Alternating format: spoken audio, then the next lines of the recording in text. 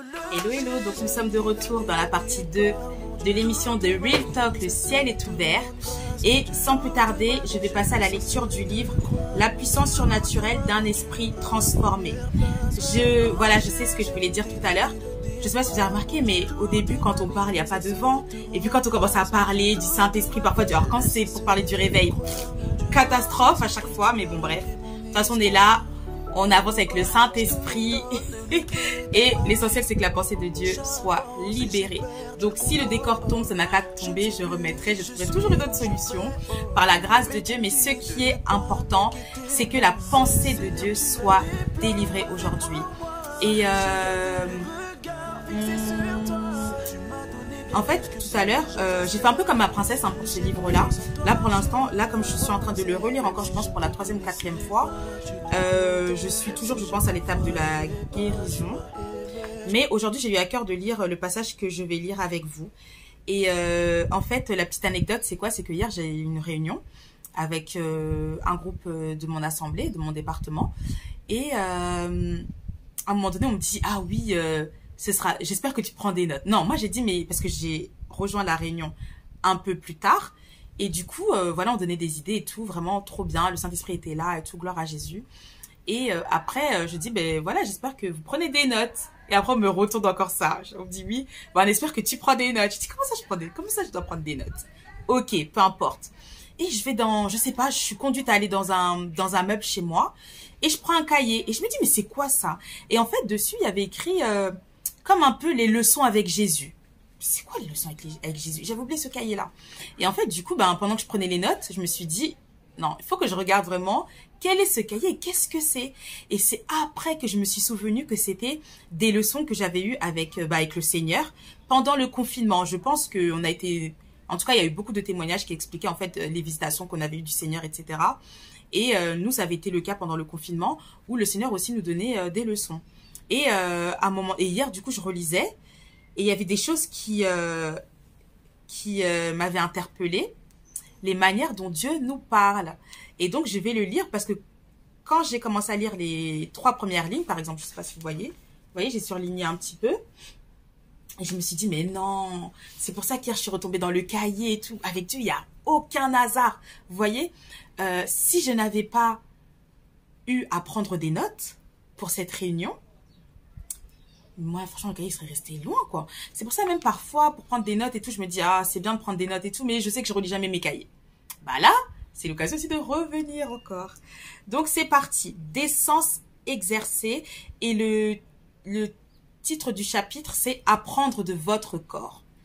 Ce livre a été écrit par Bill Johnson. Comme on a un peu de temps, parce que je viens de commencer, c'est la 2e partie. Je vais vous lire un petit peu avant de commencer, pour le coup, la présentation qui est écrite derrière. Bill Johnson, l'auteur de Quand le ciel envahit la terre, est un pasteur de la 5e génération qui possède un riche héritage dans le domaine du Saint-Esprit. En compagnie de sa femme, il exerce son ministère dans un nombre croissant d'églises qui travaillent en partenariat pour le réveil. Amen. On est pour le réveil. On ne veut pas être dans une société morte. On ne veut pas que les enfants de Dieu soient morts à l'intérieur. Nous voulons être réveillés, des instruments du réveil.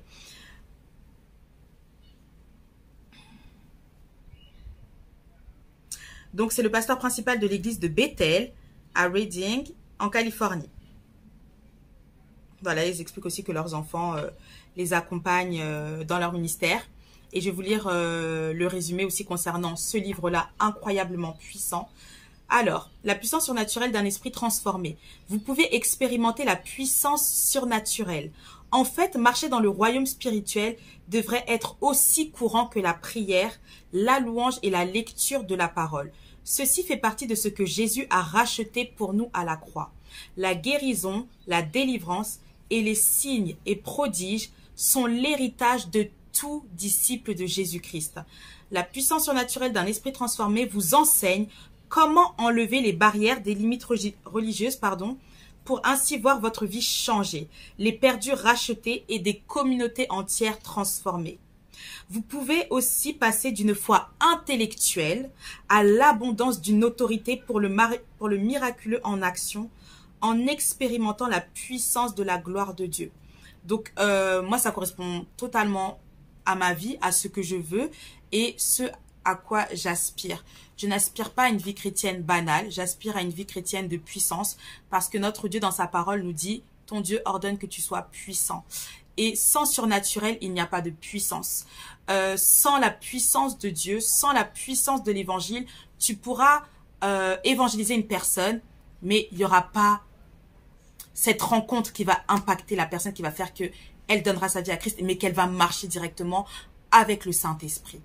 Et donc, du coup, une vie sans l'Esprit, sans l'intimité du Saint-Esprit, eh bien, il n'y a pas de surnaturel. Vous aurez un petit peu des manifestations de Dieu, voilà. Ça va être des petites touches, vous voyez. Alors que oui, on peut vivre sous un ciel ouvert, c'est possible. C'est possible d'être en intimité avec Dieu. Et le but, en fait, c'est que si tu es en intimité avec Dieu uniquement à l'église, excuse-moi, t'es passé à côté. Parce que c'est pas le but.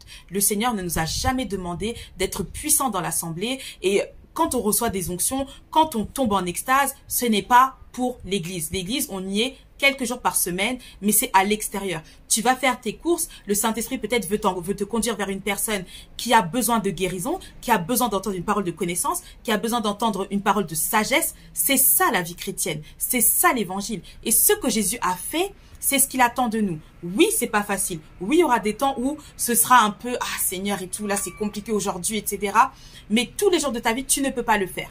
Tu peux pas dire à chaque fois « Non, j'ai pas le temps, non, je suis pressé ». Ton ministère, ce n'est pas que ta famille. Ce n'est pas auprès de ta famille, ce n'est pas auprès de tes frères et sœurs, c'est auprès des perdus. Parce que si on ne nous avait pas parlé de Jésus, au jour d'aujourd'hui, nous ne serions pas là aussi pour propager l'évangile.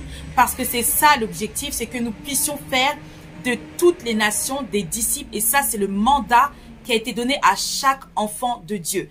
Donc, si tu n'y arrives pas, demande l'aide du Saint-Esprit et assurément, il va t'aider. Pourquoi? Parce que c'est la volonté de Dieu. Allez, c'est parti. Allons un peu plus loin. Hébreux 5, 14 nous dit qu'avoir les sens exercés au discernement du bien et du mal est une marque de maturité. Et je suis choquée parce que c'était vraiment ce qu'il y avait écrit dans mon cahier hier.